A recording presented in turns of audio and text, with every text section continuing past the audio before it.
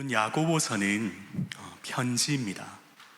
우리가 편지를 아마 다 써보셔서 알겠지만 편지는 쓴 사람이 있고 받는 사람이 있습니다. 그리고 그 편지를 쓴 목적도 있습니다. 오늘 이 야고보서에서 이제 편지를 쓰는 사람은 발신자는 야고보죠. 우리가 야고보는 우리가 잘 아는 것처럼 예수님의 친동생이었습니다. 그런데 처음에는 예수님을 믿지 않았습니다. 그러나 예수님께서 십자가에 죽으시고 부활하신 것을 직접 목격하고 또 오순절 성령을 체험한 후로 초대교회에 영향력 있는 그런 지도자가 되었습니다. 그런데 이 야고보가 쓴 이 야고보서는 역사적으로 그러니까 정경으로서 대접을 제대로 받지 못했습니다. 특히 이제 그 시대적인 이제 상황과 연관이 있는데요. 우리가 잘 아는 종교개혁자 루터는 이 야고보서를 지푸라기 서신이다, 그러니까 쓸모없는 서신이라고까지 평가절하를 했죠. 왜냐하면 이 초대교회가 계속해서 이제 로마의 그 종교로 인정이 되고 계속해서 이렇게 타락해 갔습니다. 그래서 결국은 행위로 구원받는다라는 그런 잘못된 구원론까지 주장하게 되었죠. 그래서 이것을 이제 반대하면서 이제 종교개혁자 칼빈과 루터가 행위로 구원받는 것이 아니라 오직 믿음으로 구원을 받는다며 종교개혁을 일으켰습니다.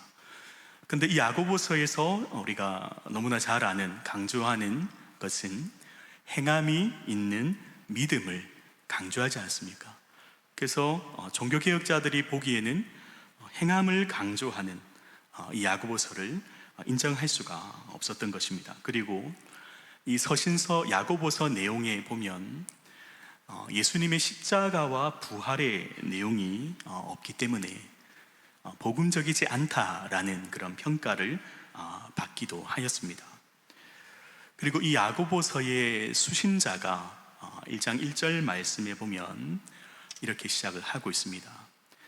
하나님과 주 예수 그리스도의 종 야고보네, 이제 발신자를 이야기하면서 수신자를 흩어져 있는 12지파에게 문안하노라라고 이제 수신자를 기록을 하고 있습니다. 근데 이 수신자가, 흩어져 있는 12지파라는 이 수신자가 명확하지 않다. 그래서 이 야고보서의 내용이 일관성이 없어서 그냥 단순히 성도들이 필요한 그런 어떤 신앙의 교훈을 모은 그런 모음집 정도로 취급받을 정도로 야고보서는 제대로 인정을 받지 못했습니다. 그런데 아까 처음에도 말씀드렸던 것처럼 이 야고보서는 편지입니다. 편지는 발신자와 수신자가 명확하고, 그래서 그 수신자가 처해 있는 어떤 상황 때문에 이 발신자가 그 편지를 쓴 것이기 때문에 기록 목적이 명확하다라는 것을 우리는 알아야 됩니다. 그래서 이 서신서를 우리가 해석하기 위해서는 기록 목적을 먼저 찾는 것이 중요한데, 일반적으로 이 서신서의 마지막 단락에서 기록 목적을 언급하는 경우가 있습니다. 왜냐하면 마지막에 인사를 하면서 그 수신자들에게 지금까지 권면했던 내용을 한 번 더 언급하고 강조하기 위해서 기록 목적을 마지막 단락에 언급하는 경우가 많다라는 것입니다. 자, 그래서 이 야고보서의 기록 목적을 야고보서 5장 19절에서 20절이라고 본다면 우리 같이 한번 읽어볼까요? 시작. 내 형제들아, 너희 중에 미혹되어 진리를 떠난 자를 누가 돌아서게 하면 너희가 알 것은 죄인을 미혹된 길에서 돌아서게 하는 자가 그의 영혼을 사망에서 구원할 것이며 허다한 죄를 덮을 것임이라. 아멘. 자, 이것이 만약에 기록 목적이 된다면 이것과 연관해서 이 발신자들, 그러니까 흩어져 있는 12지파 편지를 받는 성도들이 미혹이 되어서 진리를 떠나는 경우가 많았다라는 거죠. 그래서 그런 발신자의 상황에 따라서 야고보는 이 야고보서를 왜 기록했겠습니까? 진리에서 떠난 자를 돌아오게 하기 위해서, 혹은 진리에서 떠나려고 하는, 믿음이 흔들리는 그 성도들을 믿음을 굳건히 하기 위해서 이 야고보서를 기록했다라는 것을 우리는 염두에 두어야 합니다. 그래서 이런 관점으로 오늘 본문을 우리가 살펴보고 몇 가지 교훈을 얻고자 합니다. 첫 번째로 살펴볼 내용은 시련은 성숙한 믿음으로 나아가기 위한 과정이라는 것입니다. 여러분, 야고보서 1장 2절은 이렇게 시작을 합니다. 내 형제들아, 너희가 여러 가지 시험을 당하거든 온전히 기쁘게 여기라. 자, 여기에 내 형제들아 라고 부르고 있지 않습니까? 자, 만약에 야고보가 이 편지를 받는 사람들이 특정하지 않는 사람이라면 내 형제들아, 나의 형제들아 라는 표현을 사용하지 않았겠죠. 너희들아 혹은 성도들아 라고 표현을 했을 겁니다. 이것만 보아도 수신자가 명확하다, 친근한 표현을 사용할 정도로 그런 관계가 친근했다라는 것을 먼저 발견할 수 있죠. 자, 그런데 야고보는 내 형제들아 너희가 여러 가지 시험을 당하거든 이라면서 어떤 시험에 대해서, 시련에 대해서 본론으로 바로 들어가고 있습니다. 자, 왜 이것이 중요하냐면 서신서의 시작하는 단락도 굉장히 중요한 부분이라고 우리는 알아야 됩니다. 여러분, 혹시 서신서의 시작이 보통 어떻게 합니까? 발신자와 수신자를 밝히면서 꼭 첨부되어 있는 것이 은혜와 평강을 기원하면서, 그렇죠? 문안 인사를 하면서 그 다음에 이제 본론으로 들어가지 않습니까?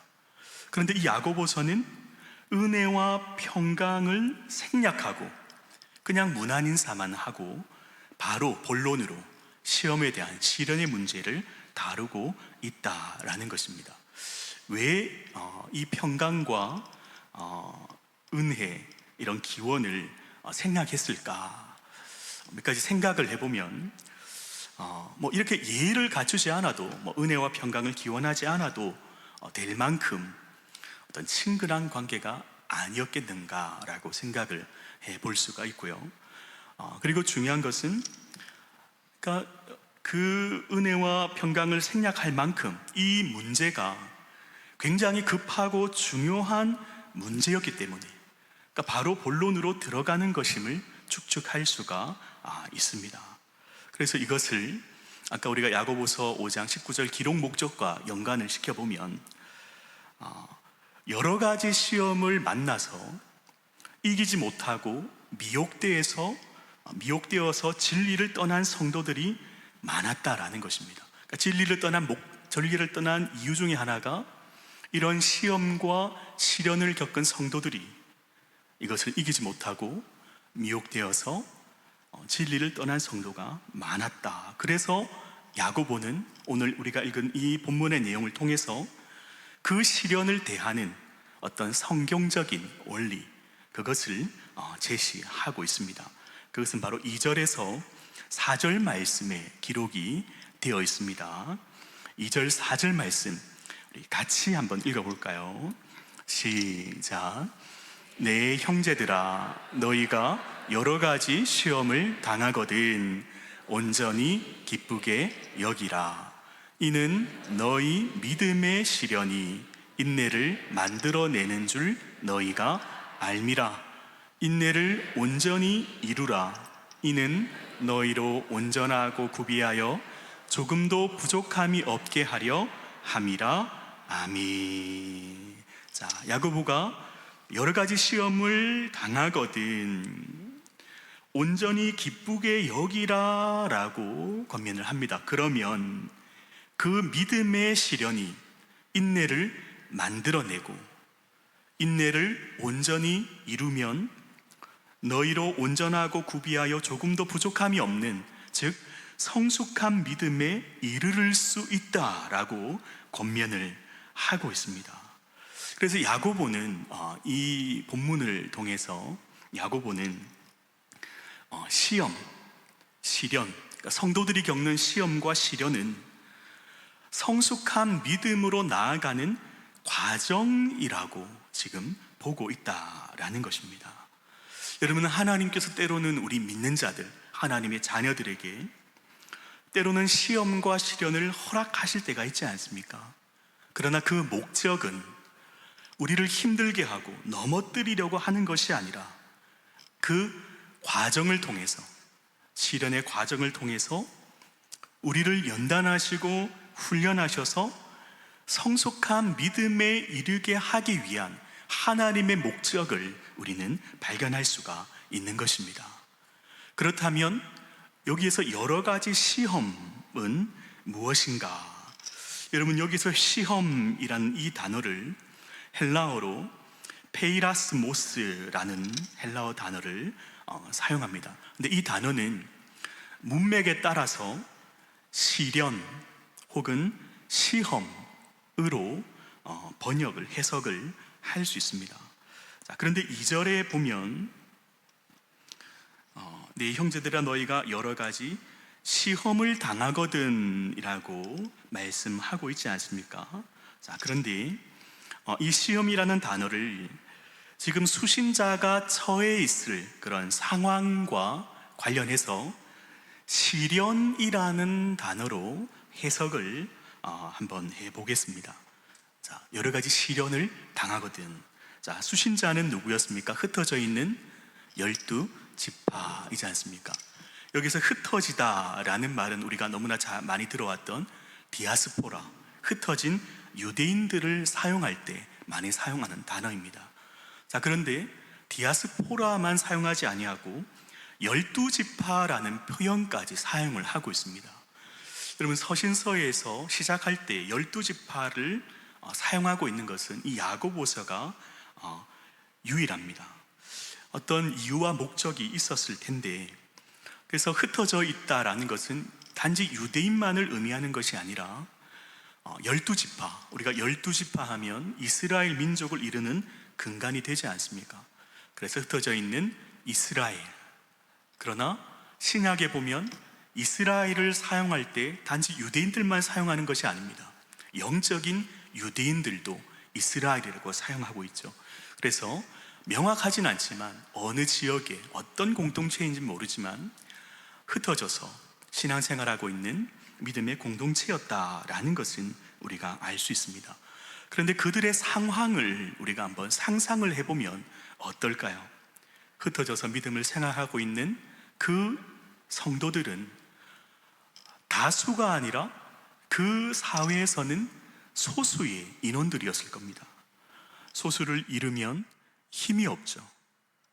그러면 어떤 정치적으로 혹은 종교적으로, 문화적으로 소외를 당하기도 하고 차별을 당하기도 하는 그런 많은 어려움들을 겪었을 거라는 것을 추측할 수 있습니다. 그리고 무엇보다 그리스도인이라는 이름으로, 예수님을 믿는다는 이유만으로도 어려움을 겪었을 것이라는 것을 우리가 추측을 할 수 있겠죠.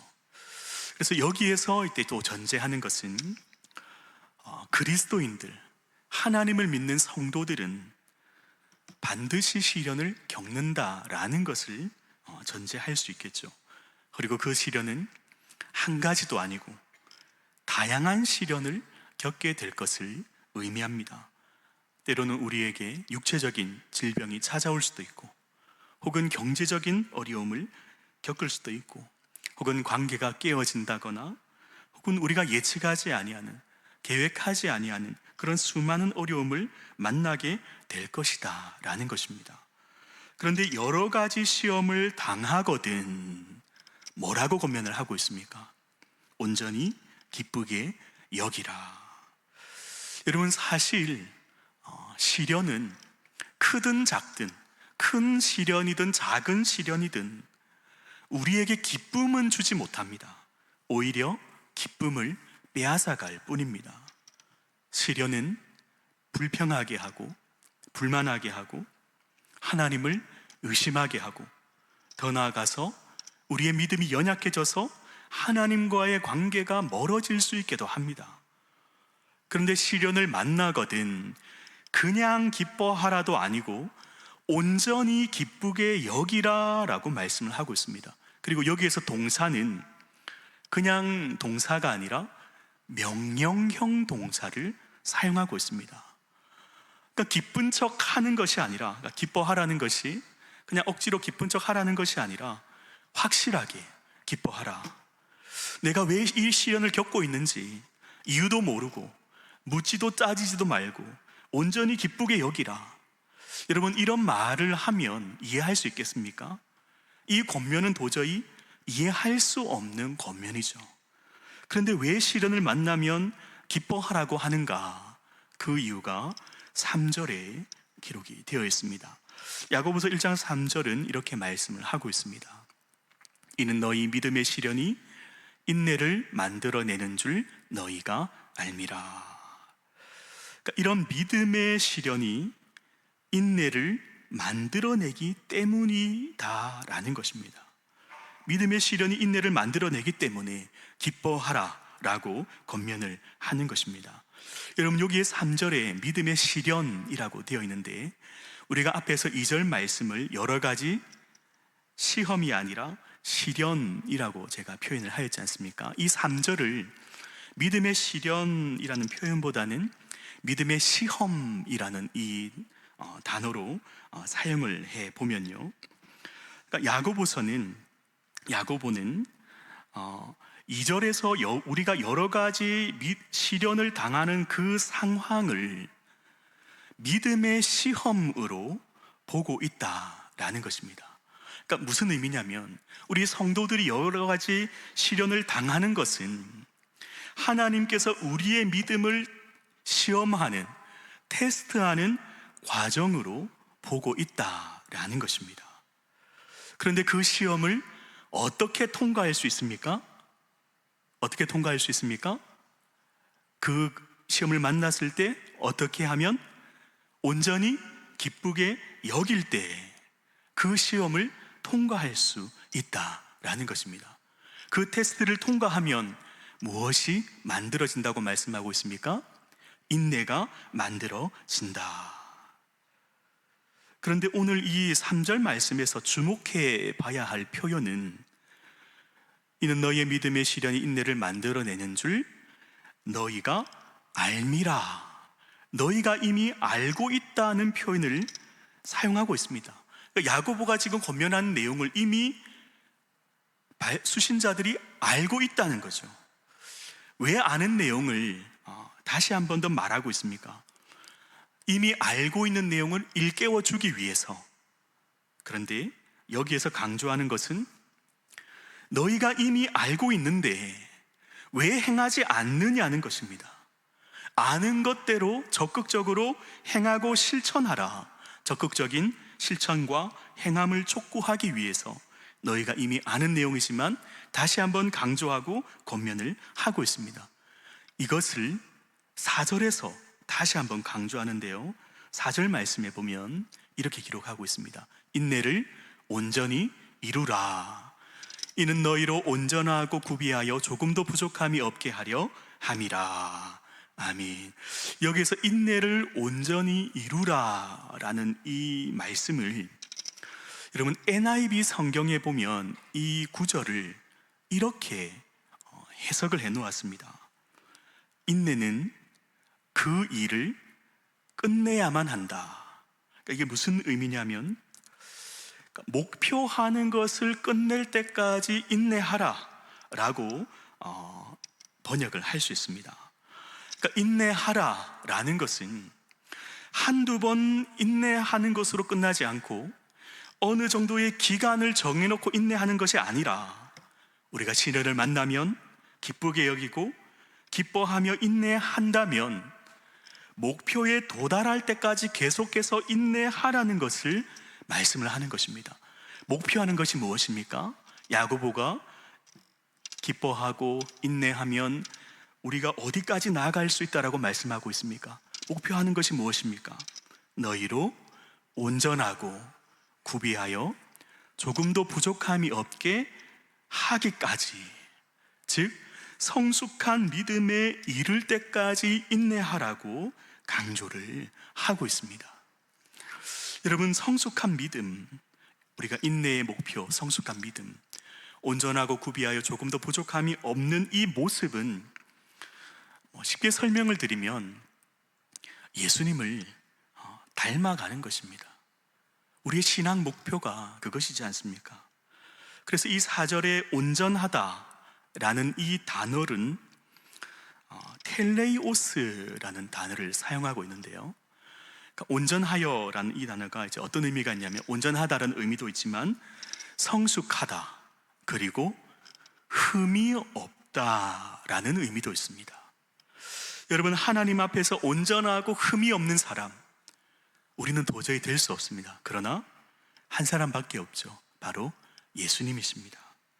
결국 하나님께서 우리 성도들에게 시험과 시련을 허락하시는 이유가 무엇입니까?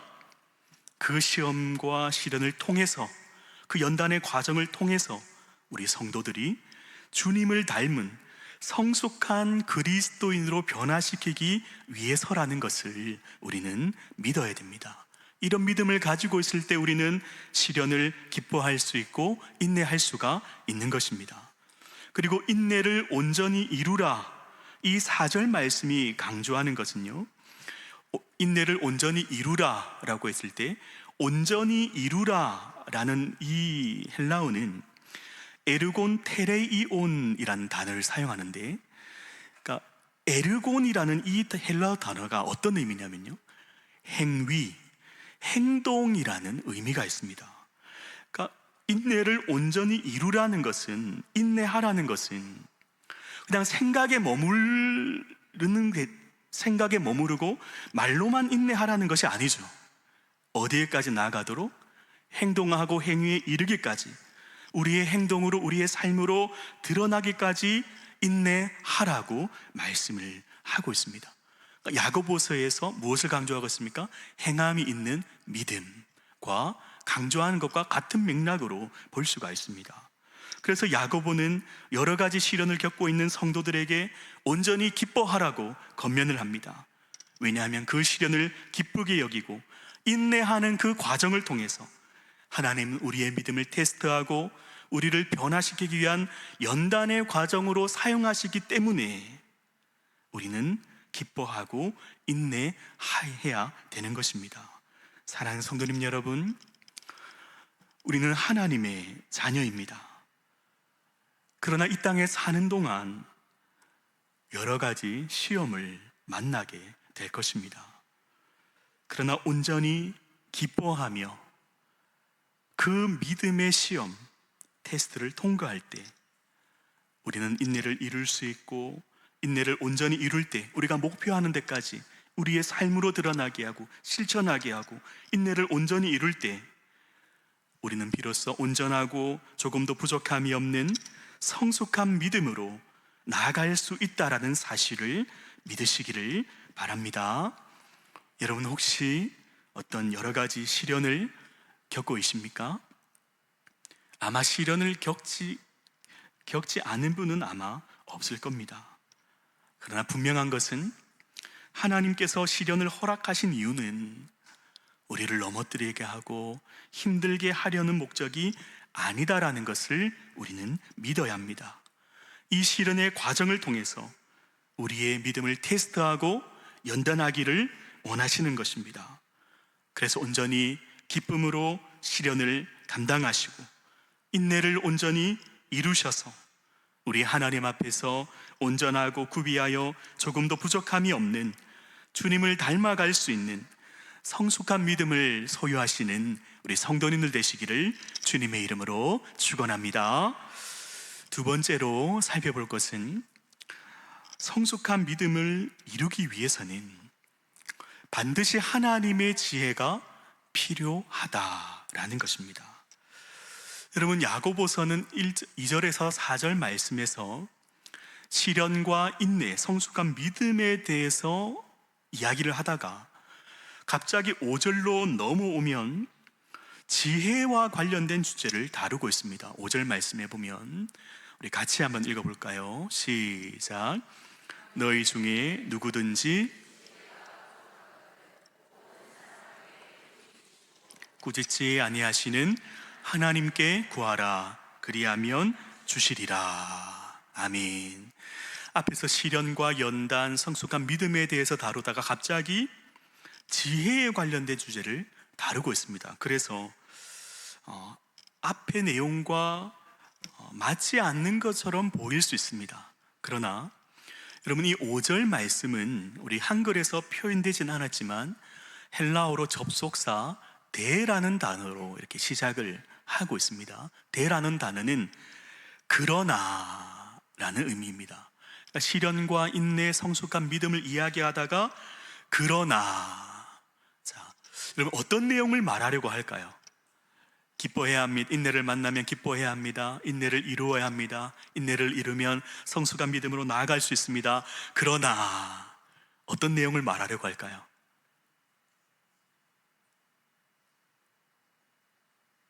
쉽다, 어렵다?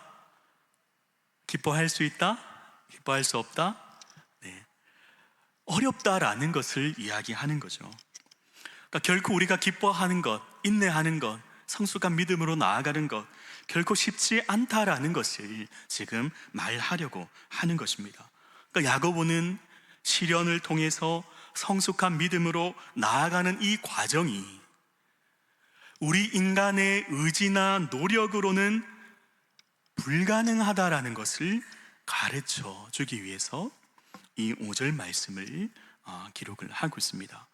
그래서 성숙한 믿음에 이르기 위해서는 반드시 지혜가 필요하다라는 것을 가르쳐 주고 있습니다. 그러나 그 지혜는 사람으로부터 나오는 지혜가 아니라 하나님께서 주시는 하늘의 지혜라고 말씀을 하고 있습니다. 그래서 아까 이 편지의 기록 목적과 연관을 시켜서 이야기를 해보면, 미혹에 대해서 진리를 떠난 성도들 중에 시련을 만났을 때 하나님이 주신 지혜로 그 시련을 극복하는 것이 아니라 인간적인 생각, 세상의 지혜로 극복하려는 사람이 있었음을 유추할 수 있는 거죠. 여러분, 세상의 지혜는 어떻습니까? 시련을 만나면 어떻게 하라고 가르칩니까? 기뻐하라고 가르칩니까? 절대 기뻐하라고 안 합니다. 그 시험을 피하는 방법부터 가르쳐 주죠. 그리고 시련을 만나면 그 시험에 최대한 빨리 벗어날 수 있는 방법이라든가 피해를 최소화할 수 있는 방법을 가르쳐 주는 것이 세상의 지혜지 않습니까? 그래서 세상의 지혜는 시련을 만나면 기뻐하지 못합니다. 오히려 두려워합니다. 왜 그렇습니까? 이 시련이 나를 어떻게 할 것이라는 믿음을 갖고 있기 때문에 두려워하고 빨리 해결하려고 조급해하려는 마음을 가지게 하는 거죠. 그래서 세상의 지혜로 기뻐하지 못하면 인내하지 못하고, 인내를 이루지 못하면 성숙한 믿음에 이르지 못하게 하고, 결국 진리에서 멀어지게 하는 것입니다. 여기에서 하나님이 주신 지혜가 무엇인가? 어떤 주석에는 이 지혜를 성령과 연결시켜서 설명하는 지혜도 있습니다. 그러나 오늘 이 5절의 표현에 보면 지혜가 부족하거든 이라는 표현을 사용하고 있지 않습니까? 이것이 만약에 성령과 관련되어 있다면 성령이 부족할 수는 없습니다. 그래서 지혜가 부족하다 또 표현해서 우리는 무엇을 할 수 있습니까? 지혜가 부족하다. 이미 우리는 이 지혜를 어떻게 하고 있다? 가지고 있는데 부족한 거죠. 자, 그래서 이 시험을 당할 때 온전히 기쁘게 여기는 것 자체가 어떻게 보면 하나님의 방법이고 하나님의 지혜일 수가 있다라는 것입니다. 자, 그래서 여기에서 강조하려는 것은 그 지혜가 무엇인가 라기보다는 그 지혜가 어디로부터 왔는가, 그리고 야고보가 계속해서 언급하지 않습니까? 너희가 이미 알고 있지만 행함이 없기 때문에, 다시 한번 강조하는 것처럼 우리에게 이 지혜가 있지만 부족하기 때문에 행함이 없는 믿음, 실천하지 않는 그것을 더 강조하려고 한다라는 것을 우리는 발견할 수 있습니다. 자, 그렇다면 하나님이 주신 지혜는 무엇인가? 아니, 어디로부터 오는가? 곧 하나님으로부터 오는 지혜입니다. 하나님 우리에게 무엇을 통해 지혜를 주십니까? 하나님의 말씀, 곧 성경을 통해서 지혜를 주시죠. 그래서 우리는 이 성경을 통해서 하나님의 눈으로 세상을 바라볼 수 있습니다. 이 성경적인 관점에서 모든 것을 해석하는 안목을 가질 수 있는 거죠. 하나님은 어떤 분이십니까? 이 우주 만물을 창조하시고 지금도 다스리시고 통치하시는 만왕의 왕이시지 않습니까? 여러분, 이런 지혜로 내가 지금 시련을 겪고 있는 것을 적용해 보면 어떻습니까? 그 하나님이 나의 삶도 주관하고 계신다. 나와 함께 하셔서 내 삶을 인도하신다. 하나님께서 모든 것을 다스리시고 주관하시는데, 그분은 인간의 역사까지도 주관하시고 내 인생도 주관하시고 다스리시고 인도하시는 분이시라면, 내가 겪고 있는 여러 가지 시험을 인간적인 관점으로 보면 기뻐할 수 없는데, 세상적인 지혜를 가지면 빨리 해결하려고 노력하는데, 하나님의 지혜로 바라보면 이 시련은 우리를 테스트하는 하나님의 연단의 과정이라는 것을 알기 때문에 우리는 기뻐할 수 있고, 그 믿음을 온전히 이루어야 성숙한 믿음으로 나아갈 수 있기 때문에 우리는 인내하며 성숙한 신앙인으로 거듭날 수 있게 하는 것이 바로 하나님의 지혜라는 것입니다. 그래서 우리는 날마다 하나님의 지혜를 구해야 될 줄로 믿습니다. 우리가 하나님께 기도하면서 하나님의 말씀 가운데 나아갈 때에 하나님은 구하는 자에게 주시는 분이십니다. 왜냐하면 하나님은 후히 주시고 꾸짖지 아니하시는 분이시라고 분명히 말씀하고 있지 않습니까? 하나님은 믿음으로 구하는 자에게 후히 주시는 분이십니다. 그가 누구이든지, 구하는 자가 누구이든지 모든 자에게 후하게 주시는, 우리 구하는 자가 상상할 수 없을 정도로 풍성하게 주시는 분이 우리 하나님이십니다. 그리고 우리가 구할 때 꾸짖지 아니하시는 분이라고 말씀을 하고 있습니다. 우리가 이전에 실수를 했다고 하더라도, 어떤 잘못을 했다고 하더라도 하나님께 나와서 구하면 하나님은 우리 과거의 실수와 실패에 대해서 절대로 책임을 묻지 않으시고 우리가 구할 때 후히 주시고 꾸짖지 아니하시는 분이시기 때문에 하나님께 구하면 주실 줄로 믿습니다. 날마다 지혜를 구하시기를 소망합니다. 하나님께 지혜를 구할 때 하나님은 말씀을 통해서 하나님의 지혜를 주실 줄로 믿습니다. 그리고 야고보는 지혜를 구할 때 한 가지를 강조하고 있습니다. 1장 6절 말씀을 우리 같이 한번 읽어보겠습니다. 시작. 오직 믿음으로 구하고 조금도 의심하지 말라. 의심하는 자는 마치 바람에 밀려 요동하는 바다 물결 같으니. 구할 때 무엇을 강조하고 있습니까? 조금도 의심하지 말라고 강조를 하고 있습니다. 7절 말씀에 보면요, 이런 사람은 무엇이든지 주께 얻기를 생각하지 말라. 의심하는 사람은 구하여도 얻지 못할 것이다 라고 말씀을 하죠. 그리고 8절 말씀은 이렇게 의심하는 사람을 두 마음을 품은 사람이라고 표현을 합니다. 8절 같이 한번 읽어볼까요? 시작. 두 마음을 품어 모든 일에 정함이 없는 자로다.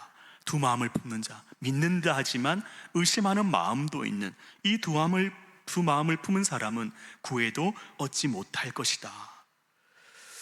여러분, 우리가 하나님을 믿는다 하지만 그 믿는다는 마음 가운데 하나님을 의심하는 마음이 공존하고 있다면 그 두 마음을 품은 사람은 정함이 없는 자라고 8절에서 말씀을 하고 있습니다. 여기에서 정함이 없다라는 것은 가만히 있지 못하고 불안해하는 모습을 표현하는 것입니다. 여러분, 이 모습을 6절에, 아까 살펴본 6절에 보면 어떻게 표현을 하고 있냐면요, 의심하는 자는 바람에 밀려 요동하는 바다 물결이라고 표현을 하고 있습니다. 우리 바다에 보면은 그 물결이 계속해서 흔들리는 것은 바람이 불때이지 않습니까? 그러니까 두 마음이 품은 사람은 바다처럼 바람이 불 때는 계속해서 흔들리는, 여러 가지 시험을 만나게 되면 어떻습니까? 계속해서 흔들리는 거죠. 우리의 상황과 여건에 따라서 우리의 삶이 변화되는 겁니다. 좋을 때는 좋다가 안 좋을 때는 안 좋은. 여러분, 이것이 우리의 모습 같지 않습니까? 하나님을 믿는다 하지만 의심하면서 시련을 만나면 기뻐하지 못하고 의심하고 인내하지 못하는, 사랑하는 성도님 여러분, 우리가 이런 두 마음을 품고 있지는 않습니까? 우리 가운데 의심하는 마음을 버리시고 온전히 하나님만 믿는, 하나님만 의지하는 굳건한 믿음을 소유하시기를 바랍니다. 날마다 하나님께 지혜를 구하면서 여러 가지 시험을 만나도 우리가 그 환경의 여건, 우리의 환경과 여건에 좌우하는 삶이 아니라, 어려움을 만나면 흔들리는 그런 환경이 우리의 삶을 좌우하고 흔들어 놓는 삶이 아니라, 이제는 어떠한 시련을 만나도 흔들리지 아니하는, 오히려 우리의 삶이 그 환경을 지배할 수 있는, 우리의 믿음이 그 환경을 지배할 수 있는 그런 믿음의 삶을 살아가시는 우리 성도님들 되시기를 주님의 이름으로 축원합니다. 여러분, 말씀을 정리하려고자 합니다. 이제 우리는 시련을 바라보는 관점이 달라져야 합니다. 시련을 대하는 태도가 변해야 됩니다. 여러 가지 시험을 만날 수 있습니다. 그러나 그 시험을 만나면 온전히 기쁘게 여길 수 있기를 바랍니다. 인내를 온전히 이룰 때 우리는 주님 앞에서 주님을 닮아가는 성숙한 모습으로 변화되는 삶을 살아갈 수 있다는 것을 믿으시기를 바랍니다. 그러나 그 시련의 과정은 우리 스스로, 우리의 힘으로, 노력으로, 우리의 의지만으로 기쁘게 여길 수 없고 인내할 수 없다라는 것도 우리는 기억해야 합니다. 하나님께서 도와주셔야만 합니다. 하나님이 주시는 지혜가 필요한 것입니다. 날마다 그 지혜를 얻기 위해서 하나님께 구하고 말씀의 자리로 나아갈 때 의심하지 마시기 바랍니다. 두 마음을 버리고 한 마음, 오직 하나님만 믿고 의지하는 굳건한 믿음을 가지고 후회 주시고 꾸짖지 아니하시는 하나님께 구할 때 하나님 주시는 하늘의 지혜를 가지고 날마다 믿음으로 승리하며 살아가시는, 시련의 과정을 통해서 성숙한 믿음으로 나아가시는, 주님의 닮아가는 모습으로 변화된 삶을 살아가시는 우리 성도님들 되시기를 주님의 이름으로 축원합니다.